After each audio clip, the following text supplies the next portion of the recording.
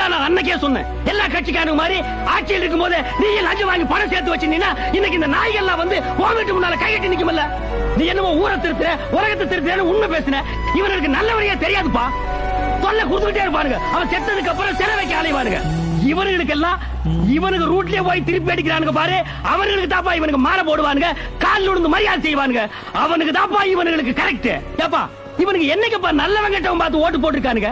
இவனுக்கு கணக்கு என்ன? ஒரு ஓட்டுக்கு ஒரு பித்தளை கூட, ஒரு பித்தளை சொம்பு, ஒரு பித்தளை பாலான்னு தானப்பா போட்டுருக்கானுங்க.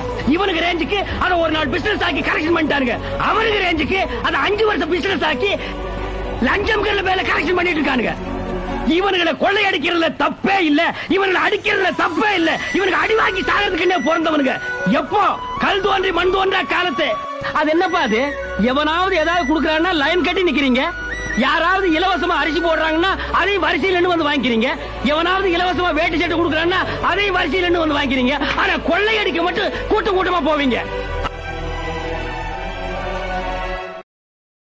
Download ShareChat.